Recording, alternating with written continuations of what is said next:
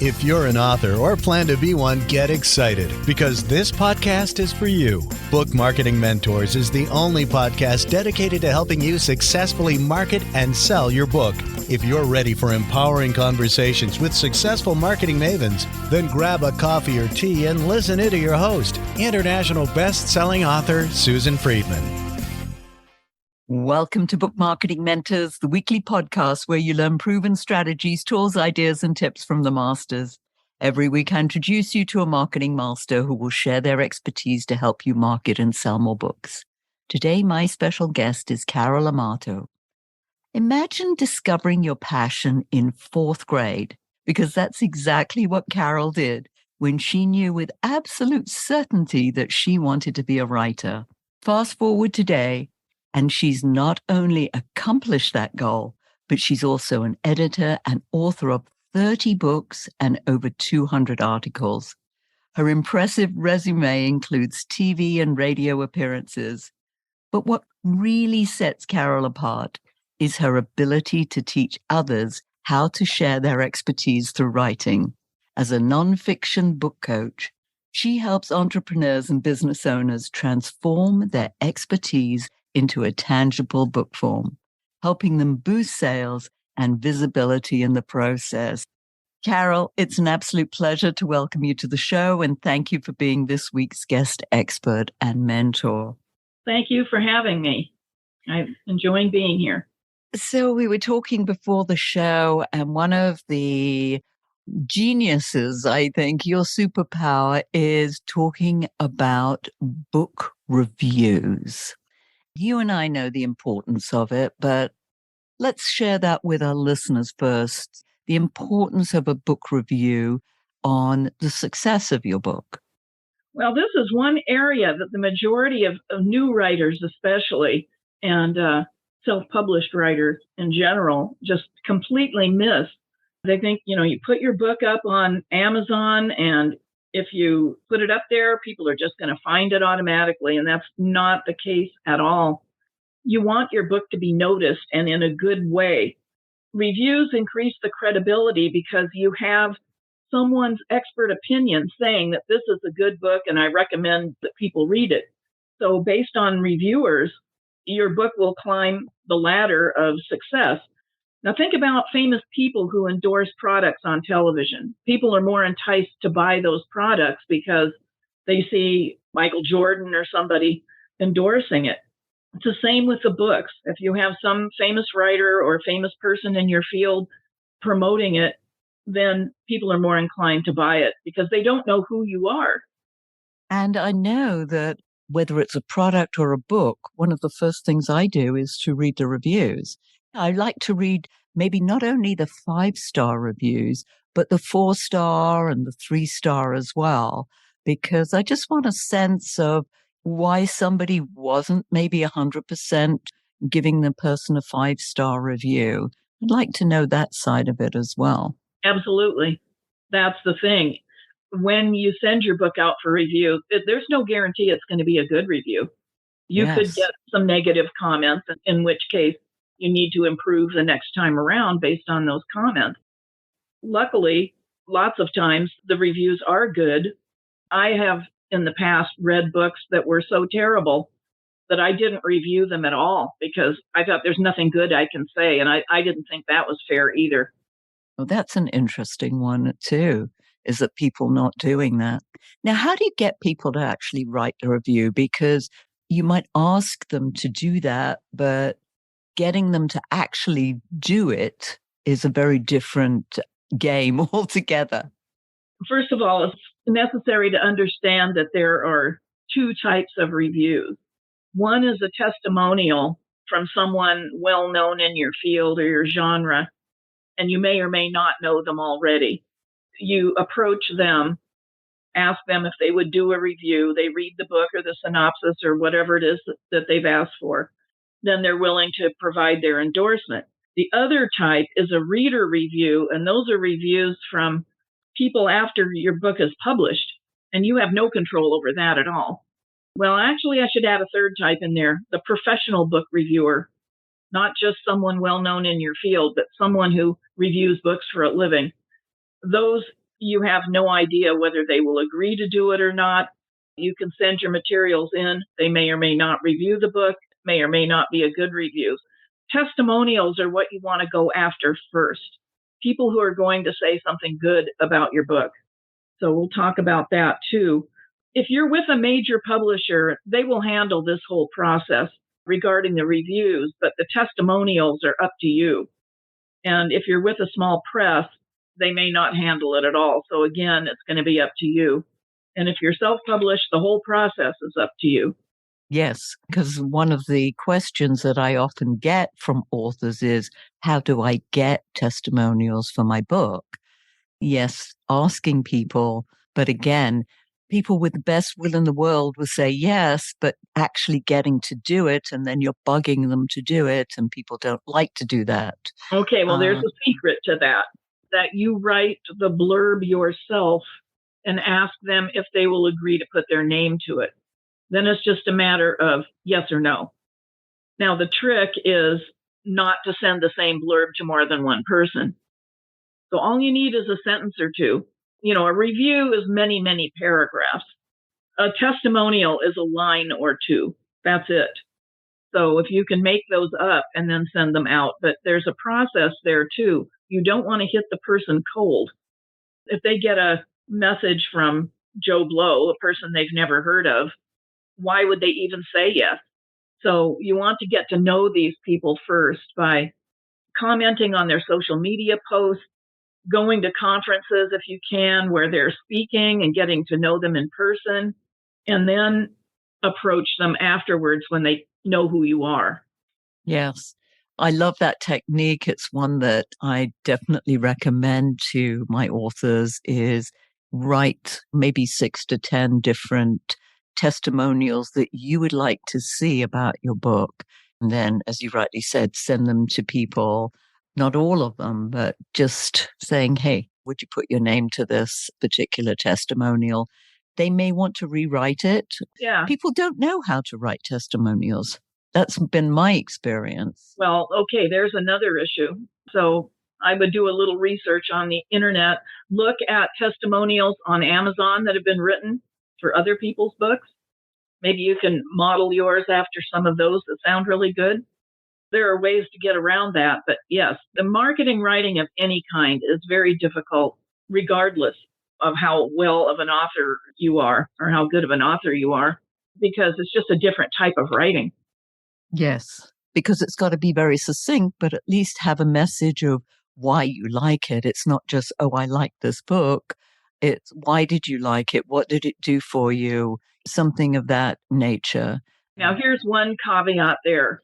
I've read a lot of even reviews that are nothing but a summary of the plot or summary of the chapters that are in the book. That is not a review or a testimonial. A testimonial, like you just said, tells you what you liked about it, what you didn't like. I've read a lot of books that I thought were great. I put up a review on them on Amazon, but I did point out that there were a lot of typographical errors, and that sometimes ruins the reading a bit. In one case, it didn't really interrupt the quality of the writing, but there's no excuse for having a book full of typos. Not if you've had it professionally edited. Absolutely. And I think that's the other area that people skip. And that's before you ever approach anyone for a testimonial or a review, your book has to be professionally edited and the cover has to be designed professionally also. Your book has to look like it came out of New York, even if it didn't. And that's a standard that we really like at Aviva Publishing is if you see an Aviva Publishing book on a bookshelf in a bookstore and, a traditionally published book, that you couldn't tell the difference. Absolutely. That's what we want. Yes. Big name people are not going to put their name to a book that looks schlocky and is poorly produced. It ruins their credibility. And your content could be fabulous. But when that old saying, people don't judge a book by its cover, well, they do. So, it has to be top quality. The writing has to be good too. I'm editing a book right now where the writer has fabulous information, but it's wordy, wordy, wordy, wordy, wordy. So stripping it down to the concrete information is so necessary. That's why you need a professional edit. It's so funny because, when authors come and I ask them whether they've had their book edited, and they said, oh, yes, my friend's, a high school teacher and she's going to do it, or she's doing it. I was like, No, no, I don't think that's exactly quite the editing we're looking for. no, not exactly. Your content has to flow. Sentence structure has to be conversational and friendly. There's a whole lot more to it than just proofreading grammar and punctuation. Yes, I totally agree with that. Is there a cycle in terms of book reviews? Should you be asking people before the book is published, or you wait until the book is published? What's your recommendation? Yes, there's a definite book review cycle, and this is something else that most writers are unaware of. You have to start this process way back while you're still writing the book. You may only have a chapter or two done. That's all you need to show someone the quality of what your writing is going to be. Let's take this in order. Let's say you want to get 10 to 20 testimonials from experts in your field or genre. Then approach major reviewers like Publishers Weekly and Library Journal. And without those, you don't have a prayer of getting into any of those major reviewer publications. They require a 4 to 6 month lead time prior to publication, not after publication. They have to get this and that much in advance in order to be able to send it out to the reviewer who's going to review it and giving that person time to do so. So that lead time has stretched because of COVID almost to 6 to 8 months. Now that we're past the kind of major COVID situation, it might be going back a little bit, but I would still put a firm line at that 6 months lead time at least. Now, if your book comes out before that time, they are not going to review it. Let me clarify. Those professional reviewers are ones you actually pay for that service. Is that correct? No. You don't want to pay for reviews because otherwise that's like buying an advertisement. Okay. Publishers Weekly and Library Journal, and let's see, Kirkus Reviews, the New York Review of Books, Book List, Forward Magazine. There's a bunch of them. And I have a handout that I would be willing to send anybody if they email me along with that freebie that I'm going to be giving out. And it'll list all these out. NetGalley is another one, Book Funnel, Indie Reader. I think the USA Today list is being discontinued, but I wouldn't swear to that. But those people need that lead time. And you're going to have those testimonials, 10 to 20 of them, from those top known people, like this gentleman whose book I'm editing now. His field is showing at car shows. So he wants to get people like Jay Leno and other people who are car enthusiasts to give him a testimonial. He needs 10 to 20 like that before he can even think about sending in to the big reviewers. That have to be names then, influencers in your field. Okay, that's interesting to know. They have to be well-known people. Another one he could have gone after in years past is maybe Lee Iacocca, who was the head of Chrysler, I believe. Anybody who's well-known in your field. Now, you might have to start with people a little farther down the ladder in order to get those ones at the top of the ladder. But create your dream list of experts. Who are they? And then figure out a way to get through the line to those people. Yes, and sometimes it's who knows who.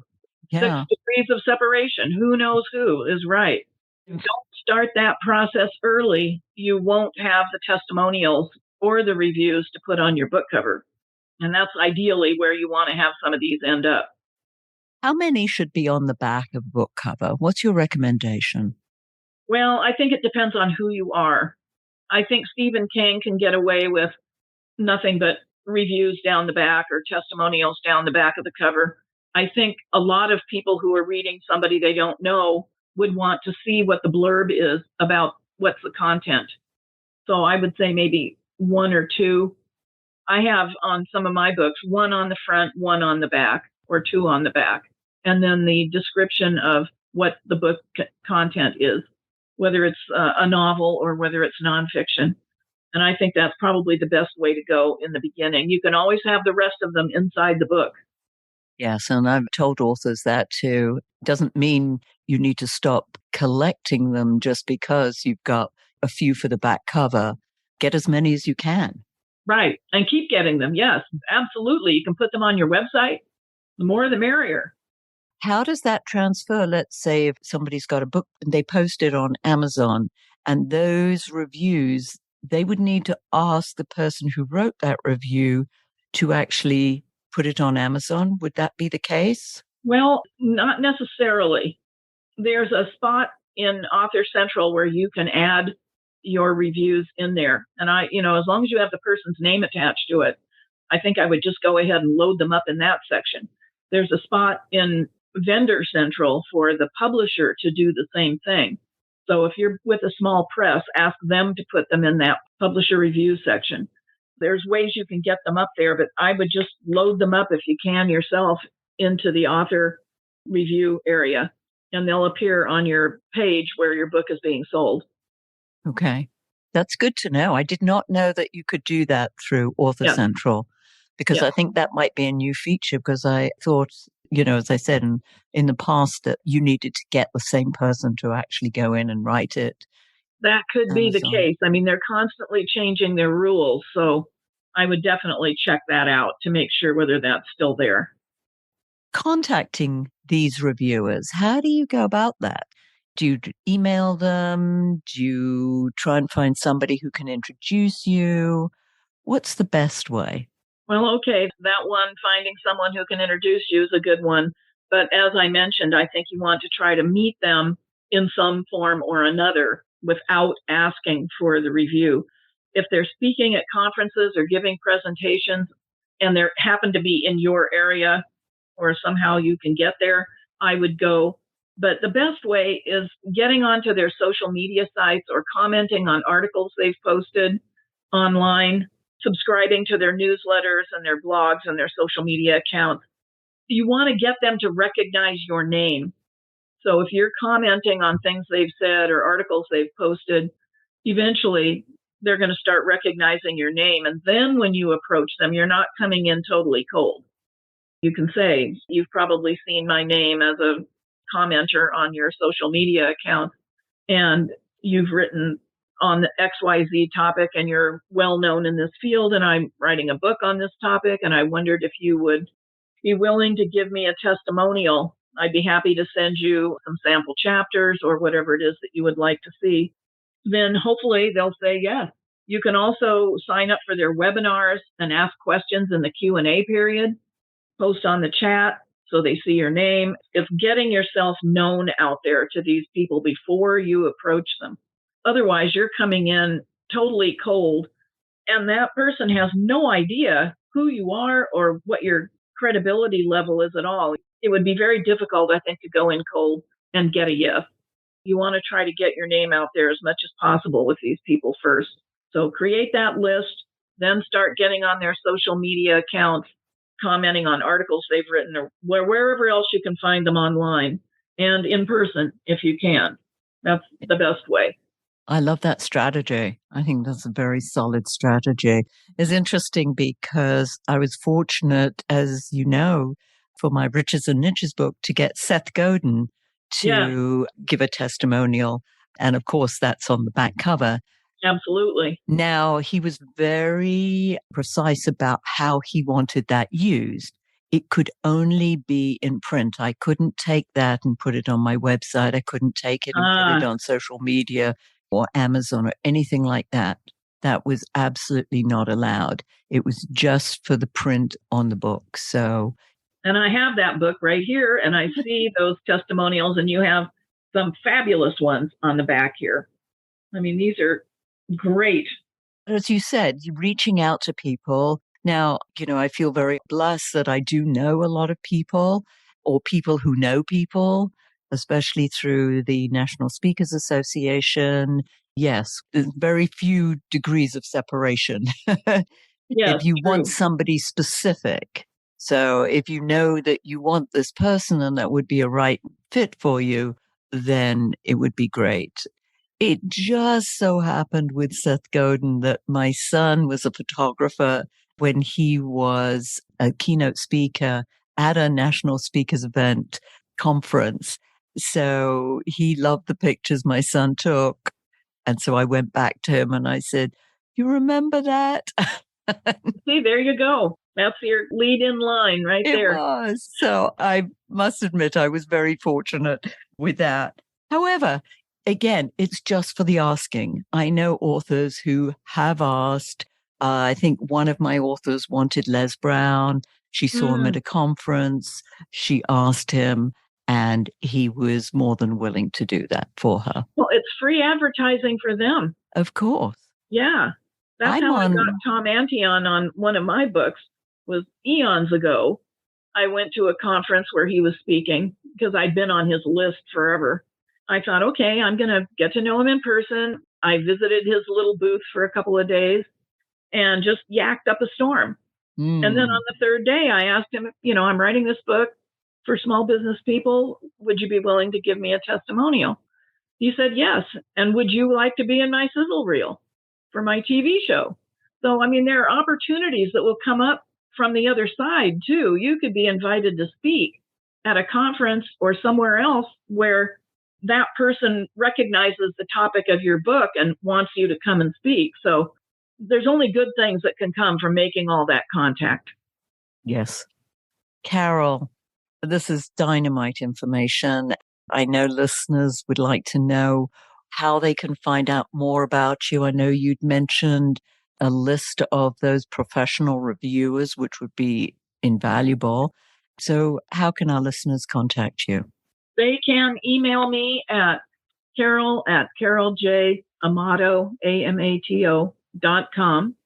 Right now, my other website is down, so the best way to get me is there. Or go to www.carolj.amato.com and fill out the contact form. Either way. If you're emailing me, put book review notes in the subject line so that I'll know that that's where you came from. And I believe you have another little giveaway. Yes, I do. Yeah. And that is creating a media kit for your book, which gives you all the information you need to know to pull a media kit together, because that's what some of these reviewers are going to want to see. And if you don't have that, and there's a definite process to how to put it together, you will not be paid attention to at all. So it's very important. And that's a whole process in and of itself. And this is like a 50-page report that gives you all the samples, and you can see what one of them looks like. And away you go. You'll be in business. That's so generous. That's well worth it, listeners. I would download that. I'm going to send Carol an email after this asking her to send them to me too, because Certainly I will. love these kinds of resources. So, Carol, if you were to leave our listeners with a golden nugget, what would that be? My golden nugget is something that I've actually already mentioned, and that's the getting those 10 to 20 testimonials. It's critical for anything else to follow along. 10 to 20 testimonials and getting on those social media sites. Fabulous. Yes. The more exposure you can give to yourself and the book, the more people are going to find you, find your book. And hey, you never know, as Carol said, what kind of opportunities might come of these relationships that you form with people. So thank you, Carol. Thank you so much for sharing your wisdom. And listeners, if your book isn't selling the way you wanted or expected to, let's you and I jump on a quick call together to brainstorm ways to ramp up those sales, because you've invested a whole lot of time, energy, and money, and it's time you got the return you were hoping for. So go to brainstormwithsusan.com to schedule your free call. And in the meantime, I hope this powerful interview sparks some ideas you can use to sell more books. So until next week, here's wishing you much book and author marketing success.